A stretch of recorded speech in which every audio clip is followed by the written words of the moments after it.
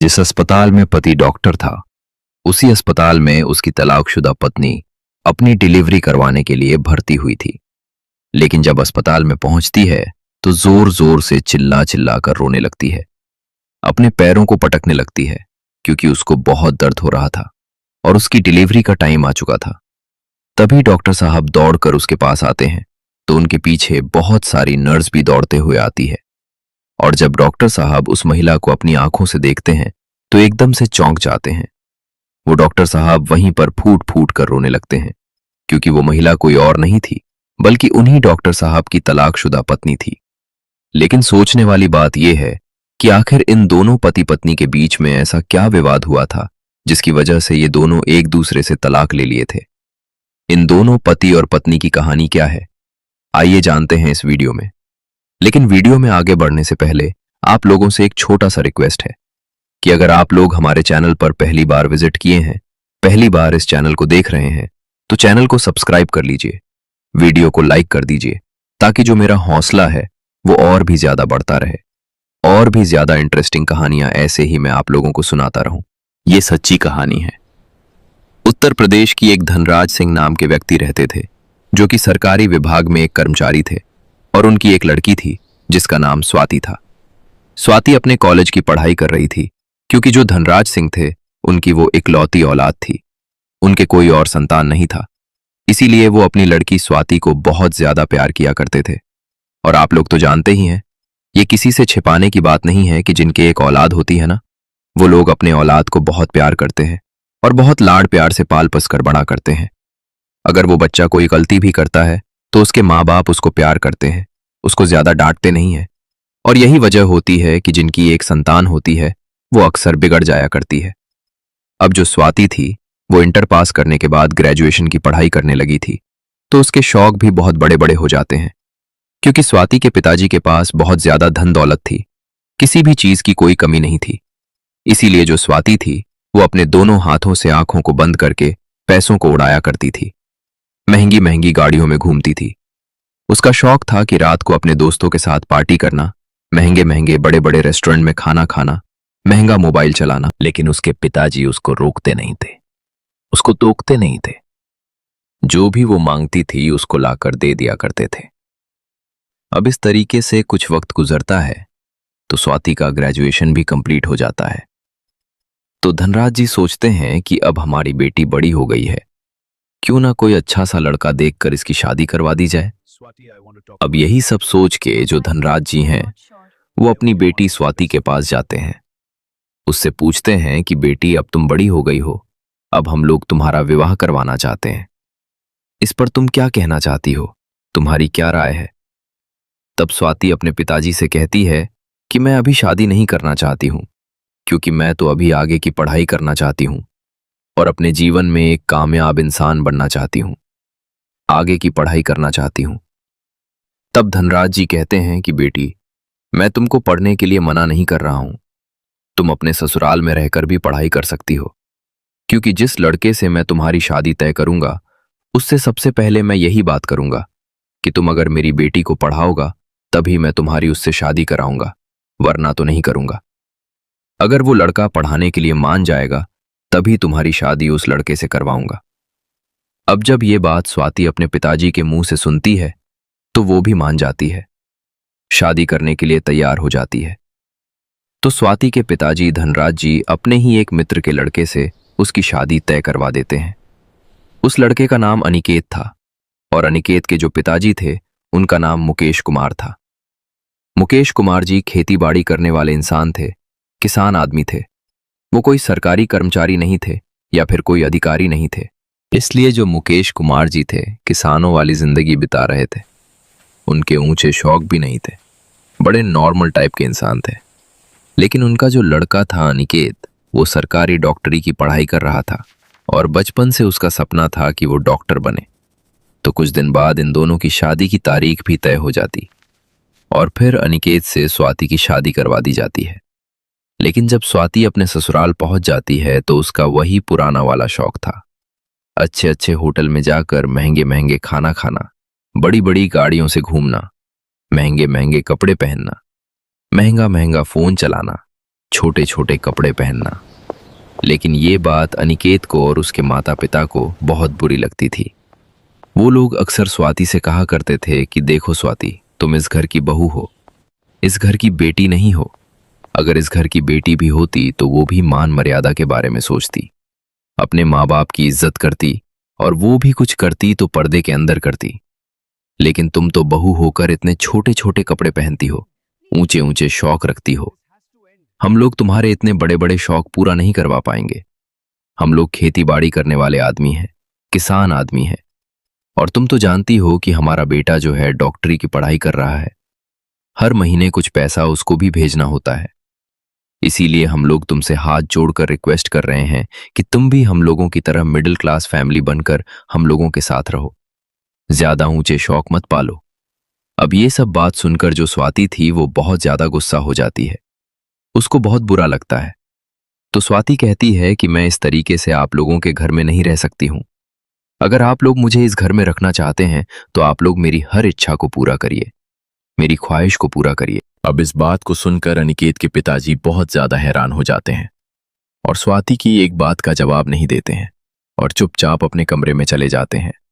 Phone उठाते हैं और धनराज जी को यानी स्वाति के पिताजी को फोन करते हैं। उनसे कहते हैं कि धनराज जी, तुम्हारी लड़की यहाँ किसी की बात नहीं मानती है। यहाँ पर वो छोटे छोटे कपड़े पहनती है, ऊंचे ऊंचे शौक रखती है। तब उधर से धनराज जी कहते हैं कि देखो, हमारी इकलौती लड़की है, हम लोगों ने उसे बड़े लाड़ प्यार से पाल पस कर बड़ा किया है। हमारी लड़की को किसी भी प्रकार का कोई दुख नहीं होना चाहिए। उसका जो भी शौक है, जो भी इच्छाएं हैं, जो भी उसकी डिमांड है, उसको आप लोग पूरा करिए। इसीलिए तो हम लोगों ने अपनी बेटी का विवाह आपके घर पर कराया है, ताकि वो वहां पर खुश रह सके। अब ये बात सुनकर मुकेश कुमार जी थे बहुत ज्यादा परेशान हो जाते हैं और मुकेश कुमार जी सोचने लगते हैं कि इसके माता पिता ने इसको सर पर चढ़ाया है, इसीलिए ये हम लोगों की बात को नहीं मानती है, हम लोगों की बात का वैल्यू नहीं करती है। अब इस तरीके से उस घर में क्लैश होना धीरे धीरे स्टार्ट हो जाता है और स्वाति की शादी को पूरे 6 महीने बीत जाते हैं। लेकिन इधर जो अनिकेत था वो दूसरे शहर में रहकर अपना पढ़ाई कर रहा था और दिन रात पढ़ाई करता था ताकि जल्दी से उसको डॉक्टर की डिग्री मिल जाए और उसका जो सपना है वो पूरा हो जाए। अनिकेत जो था वो दिखने में बहुत ज्यादा खूबसूरत था, लेकिन पढ़ाई लिखाई में भी बहुत ज्यादा होशियार था। अनिकेत के घर पर स्वाति को रहते हुए जब 6 महीने बीत जाते हैं तो अनिकेत और स्वाति के बीच में अक्सर लड़ाई झगड़े होते रहते थे, क्योंकि अनिकेत हमेशा स्वाति से कहा करता था कि स्वाति, तुम पापा मम्मी के सामने इतने छोटे छोटे कपड़े पहनकर मत रहा करो। बाहर खाना खाने जाते हो, उसको बंद करो। सारा दिन तुम फोन पर लगी रहती हो, फोन पर कम बात किया करो और कम से कम कभी कभी तो मम्मी और पापा के साथ बैठकर बात कर लिया करो। मेरे मम्मी और पापा को तुम्हारी ये सब हरकतें बिल्कुल पसंद नहीं आती जब स्वाति यह बात सुनती थी तो उस बात को समझने की कोशिश नहीं करती और उल्टा अनिकेत पर गुस्सा करती थी। स्वाति अक्सर अपने पति से डिमांड करती थी कि तुम मुझे घुमाने लेकर चलो, लेकिन अनिकेत उसको कहीं घूमने के लिए नहीं लेकर जाता था और ना ही उसके बड़े बड़े शौक को पूरा करता था। जैसे उसके माता पिता उसको घर पर रखते थे स्वाति को, वैसे ही स्वाति को वहां पर भी रहना पड़ता था। अनिकेत स्वाति से कहता था कि देखो, हम लोग मिडिल क्लास फैमिली वाले लोग हैं, जैसे मेरे मम्मी पापा कम पैसों में घर पर रहकर गुजारा करते हैं, वैसे तुमको भी गुजारा करना पड़ेगा। तभी स्वाति अनिकेत से कहती थी कि देखो अनिकेत, मुझसे यह सब नहीं हो पाएगा। अगर तुम चाहते हो कि तुम्हारे माता पिता दिनरा घर में रहते हैं, चुपचाप बैठे रहते हैं, घर का काम करते हैं, तो मैं भी ऐसा करूं तो मुझसे यह सब नहीं हो पाएगा। अगर तुम यह सोचते हो कि तुम्हारी माँ दिन भर घर का काम करती है, बाहर का भी काम संभालती है, तो मैं भी यह सब करूं तो मुझसे यह सब नहीं हो पाएगा। क्योंकि जो स्वाति थी वह अपने ऊंचे ऊंचे शौक पूरा करवाना चाहती थी अनिकेत से, और अनिकेत यह सब करना नहीं चाहता था। और इसी बात को लेकर घर में लगातार लड़ाई झगड़े होते रहते थे और अनिकेत से भी लड़ाई झगड़े होते रहते थे। लेकिन जब 6 महीने का वक्त गुजरा है तब स्वाति को पता चलता है कि वह प्रेग्नेंट हो गई है। तभी स्वाति अपने पापा को फोन करती है और उनसे कहती है कि पिताजी, अब मैं इस घर में 1 मिनट भी नहीं रह सकती हूँ, क्योंकि इन लोगों का रहन सहन हमारे लायक नहीं है। पापा, पता नहीं हमारी शादी आपने किन भूखे नंगे लोगों के यहाँ करवा दी है। यह लोग ना तो हमारी इज्जत करते हैं और ना ही मेरी इच्छाओं को पूरा करते हैं। ये लोग तो मुझे खुश भी नहीं रख पाते हैं। अब इस बात को सुनकर स्वाति के पिताजी उसको कुछ बोलते नहीं हैं। उसको अपने घर पर बुला लेते हैं और फिर उसको बैठाकर उसको समझाते हैं। उससे कहते हैं कि बेटा, तुम चिंता मत करो। थोड़े दिन बाद अनिकेत और उसके घर वाले जब तुम्हारे साथ रहने लगेंगे तो तुम्हारी आदत उनको हो जाएगी, तो वे लोग तुमको समझने लगेंगे, तुमको कुछ नहीं बोलेंगे, तो तुम्हारी जिंदगी बड़े आराम से कटने लगेगी। लेकिन जो स्वाति थी वह अपने पापा की बात को समझने के लिए तैयार नहीं होती है। लेकिन जब स्वाति अपने पापा के घर पर वहां पर रहने लगती है तो उसके तो बहुत बड़े बड़े शौक थे, और जो उसकी आदत थी वह भुला नहीं पाई थी। उसकी आदत अभी वैसे ही पड़ी हुई थी। अब इसी वजह से जब अपने पापा के घर पर वह रहने लगती है तो अपने दोस्तों को पापा घर के घर बुलाती थी। उनके साथ बाहर देर रात तक घूमने के लिए जाती थी। और स्वाति यह बात उस समय भूल चुकी थी कि उसकी शादी हो चुकी है और उसके पेट में एक बच्चा पल रहा है।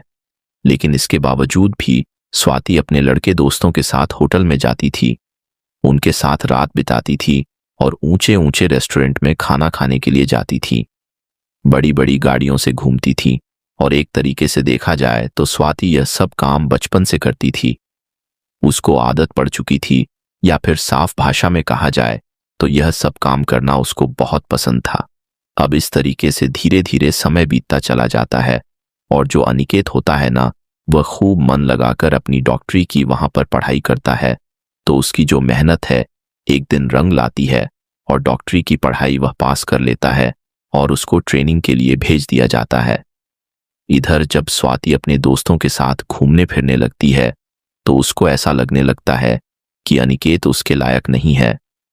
तभी एक दिन स्वाति तलाक का कागज कोर्ट में पेश कर देती है। तो कुछ दिन बाद इन दोनों के बीच में तलाक भी हो जाता है। हालांकि उस समय स्वाति के पिताजी ने उसको समझाने की बहुत कोशिश करते हैं और अनिकेत भी उसको समझने की कोशिश बहुत करता है, लेकिन वह किसी की बात नहीं मानती है। लेकिन जब अनिकेत एक सफल डॉक्टर बन जाता है तो उत्तर प्रदेश के अंदर एक अच्छे अस्पताल में उसकी नियुक्ति हो जाती है और वहां पर वह नौकरी करने लगता है। लेकिन इधर जब स्वाति अपने मायके में रहने लगती है, अपने पापा के घर पर रहने लगती है, तो वह अपने दोस्तों के साथ घूमने फिरने लगती है और यह बात भूल जाती है कि वह अनिकेत के बच्चे की मां बनने वाली है। लेकिन जब स्वाति की डिलीवरी का टाइम नजदीक आ जाता है तो उसके जो यार दोस्त थे वह उसको पूछते भी नहीं है और ना ही उसको देखने के लिए आते हैं। स्वाति जब भी अपने दोस्तों के साथ कहीं बाहर घूमने के लिए जाती थी तो उसके दोस्त लोग कहा करते थे कि स्वाति, अब तुम घर पर आराम करो, तुम्हारे साथ घूमने में हम लोग को अच्छा नहीं लगता है, तुम्हारे पेट में बच्चा है, तुम्हारा पेट बहुत बाहर निकल गया है। अब इस तरीके से जब वह लोग बोलते थे तो स्वाति इस बात को सुनकर समझ जाती है कि उसके दोस्त जिंदगी भर उसका साथ नहीं देने वाले हैं। लेकिन स्वाति अब चाहकर भी कुछ नहीं कर सकती थी, क्योंकि वह अपने पति को तलाक दे चुकी थी। क्योंकि उसके जो दोस्त लोग थे वह लोग उसको और भी ज्यादा भड़का दिए थे कि जो तुम्हारा पति है वह तो बस नॉर्मल लड़का है, घूमने फिरने वाला लड़का नहीं है, तुमको पूरी जिंदगी घर में रखेगा, तुमको एंजॉय नहीं कराएगा। तो इसी सब के चक्कर में आकर वह अपने पति से तलाक ले लेती है। अब इस तरीके से धीरे धीरे वक्त गुजरता है तो स्वाति एकदम से अकेले पड़ जाती है और अपने पापा के घर पर रहने लगती है। लेकिन जब 9वां महीना लगता है तो उसके पेट में बहुत ज्यादा दर्द होने लगता है। तो उसके पिताजी तुरंत घर पर ही एम्बुलेंस फोन करके बुला लेते हैं और तुरंत उसको अस्पताल में भर्ती करवाते हैं। लेकिन जब स्वाति एम्बुलेंस से नीचे उतरती है अस्पताल के अंदर जाने के लिए तो उसको दर्द और भी ज्यादा होने लगता है और वह जोर जोर से चिल्ला चिल्ला कर रोने लगती है। अब उसके रोने की आवाज और चिल्लाने की आवाज सुनकर जो अस्पताल के सारे स्टाफ लोग थे, जो डॉक्टर लोग थे, वह लोग दौड़कर बाहर आकर देखने की कोशिश करते हैं कि कोई महिला इतना क्यों चिल्ला रही है। तो अनिकेत भी दौड़कर आता है देखने के लिए कि आखिर वह महिला चिल्ला क्यों रही है, इतना रो क्यों रही है। लेकिन जैसे ही अनिकेत दौड़कर अस्पताल के बाहर वाले दरवाजे के पास पहुंचता है और जैसे ही अनिकेत स्वाति को देखता है अपनी आंखों से, तो उसके होश उड़ जाते हैं। उसकी आंखों से अचानक आंसू बहने लगते हैं। तभी अनिकेत सभी नर्सों से कहता है कि आप लोग जल्दी से डिलीवरी वार्ड में जाकर सारा इंतजाम करिए, मैं इसको लेकर अभी आ रहा हूं। अब इस तरीके से अनिकेत स्वाति को एक लेडीज डॉक्टर के हवाले सौंप देता है और उनसे हाथ जोड़कर रिक्वेस्ट करता है कि डॉक्टर साहब, यह मेरी पत्नी है, आप इसकी जान को बचा लीजिएगा, इसको बहुत तकलीफ हो रही है, जल्दी से जल्दी इसकी डिलीवरी करवा दीजिए। अब इस तरीके से जल्दी जल्दी वह महिला डॉक्टर डिलीवरी वार्ड में लेकर जाती है तो उसको पता चला है कि स्वाति के अंदर ब्लड बहुत कम है और जब तक उसके शरीर में ब्लड नहीं चढ़ेगा तब तक वह डिलीवरी नहीं हो पाएगी। अब यह बात सुनकर अनिकेत बहुत ज्यादा हैरान हो जाता है और अनिकेत के जो ससुर जी होते हैं, जो धनराज जी थे, जो स्वाति के पिताजी थे, जब वह यह बात सुनते हैं तो वह भी बहुत हैरान हो जाते हैं और जल्दी जल्दी ब्लड बैंक में जाते हैं। तो स्वाति का जो ब्लड ग्रुप था वह ब्लड बैंक में भी मौजूद नहीं था। अब जब धनराज जी को वहां पर ब्लड नहीं मिलता है तो वह बहुत ज्यादा परेशान हो जाते हैं। तभी जो महिला डॉक्टर थी वह उसके पिताजी के पास आती है और उनसे कहती है कि अगर 1 घंटे के अंदर ब्लड का व्यवस्था नहीं होगा तो आपकी बेटी की जान चली जाएगी और उसके पेट में जो बच्चा है उसकी भी जान चली जाएगी। अब धनराज जी इस बात को सुनकर एकदम से घबरा जाते हैं क्योंकि वह उनकी इकलौती बेटी थी, इसीलिए वह उसको खोना नहीं चाहते थे।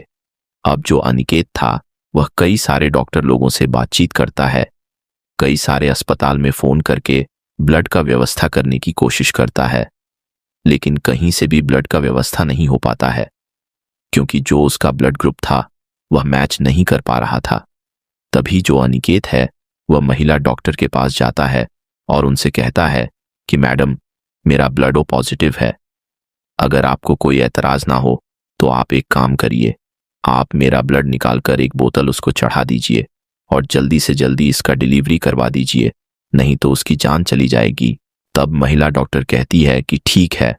अब इस तरीके से जो अनिकेत था वह उसके बगल में एक टेबल लेटा हुआ था, उसी पर वह लेट जाता है और स्वाति को एक बोतल खून देता है।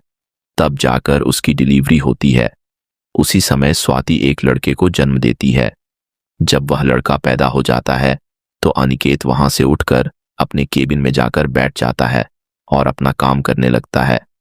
अब इस तरीके से 2-3 घंटे का वक्त गुजरता है और जब शाम होती है तो जो स्वाति थी उसको होश आ जाता है और जब होश आता है तो उस स्वाति अपने बगल में अपने बच्चे को देखकर बहुत खुश हो जाती है।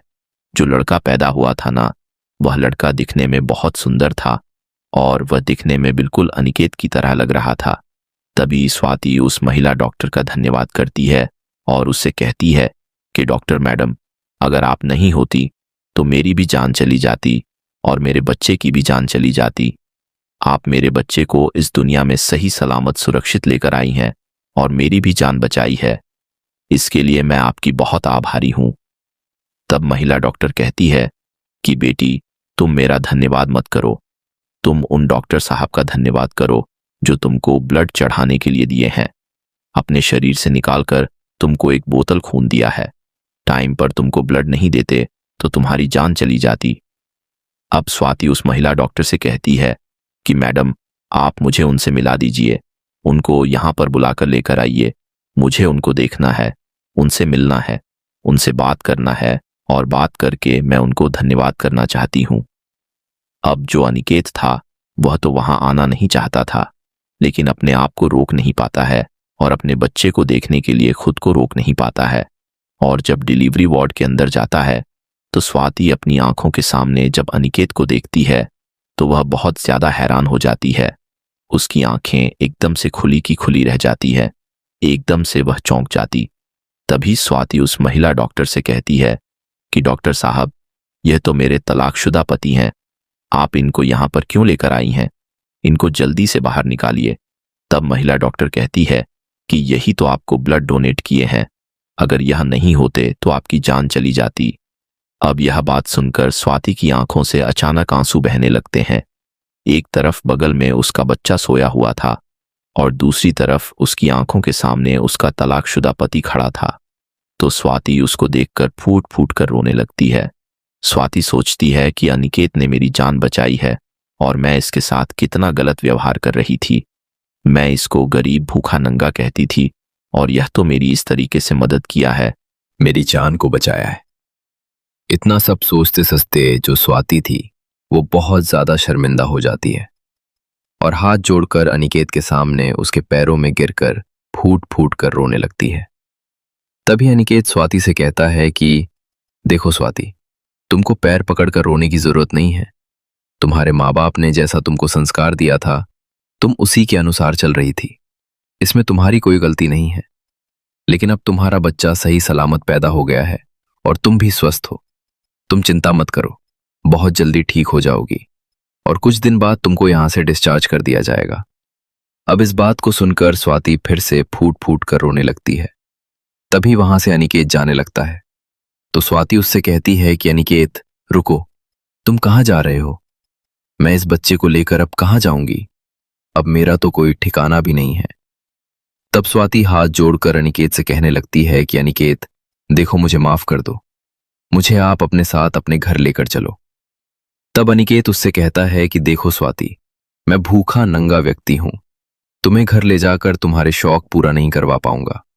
और रही बात तुम्हारे रहने की, तुम्हारे पापा है ना, तुम्हारा देखरेख करने के लिए, तुम्हारे शौक को पूरा करने के लिए तुम उनके घर पर चली जाना। वहां पर तुमको कोई दिक्कत नहीं होगी। वहां पर छोटे छोटे कपड़े पहन के रहना, अपने बड़े बड़े शौक पूरे करना। इसलिए अब मैं तुम्हारे साथ नहीं रहना चाहता हूं। मैं ऊब चुका हूं तुम्हारी इन आदतों से।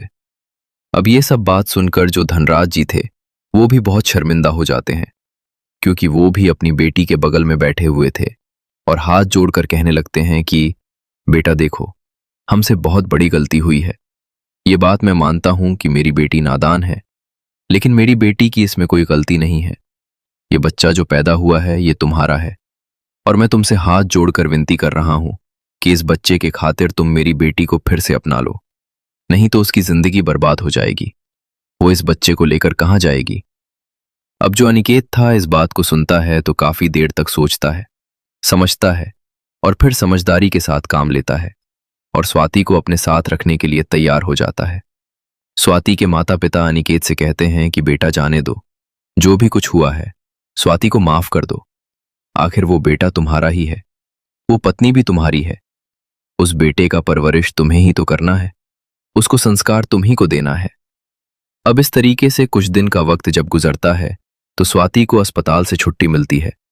तो स्वाति अपने पति के साथ अपने घर पर चली आती है।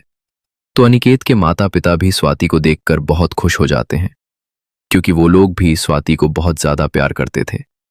लेकिन वो लोग बस स्वाति को सुधारना चाहते थे कि ये सब हरकतें बंद कर दें। इसी वजह से वो लोग भी थोड़ा बहुत परेशान थे। लेकिन जब स्वाति अपने पति के साथ अपने घर पर जाती है तो एक नई जिंदगी की शुरुआत करती है और अपने पति और अपने बच्चे और अपने सास ससुर के साथ हंसी खुशी रहने लगती है। दोस्तों, इस कहानी को सुनाने का मकसद किसी के दिल को दुख पहुंचाना नहीं है, बल्कि इस कहानी को सुनाने का मकसद सिर्फ इतना है, आजकल की जो लड़कियां हैं, आजकल की जो महिलाएं हैं, वो पैसे के घमंड में आकर अपने पति को कुछ नहीं समझती हैं, उनको नालायक तक बोल देती है, यहां तक कि उनको जलील भी करती है, उनकी बेइज्जती भी करती है और तो और उनको परेशान भी करती है। और इसी वजह से उनके पति डिप्रेशन में चले जाते हैं। लेकिन उन सभी महिलाओं के लिए ये कहानी एक बहुत बड़ी सीख है और इस कहानी से उन सभी महिलाओं को बहुत कुछ सीखने की जरूरत है। अगर कोई महिला अपने पति के साथ, अपने घर वालों के साथ इस तरीके से रहना सीख जाए, ज्यादा डिमांड ना करे, सब कुछ मैनेज करना सीख जाए, तो उसका परिवार कभी भी बर्बाद नहीं है।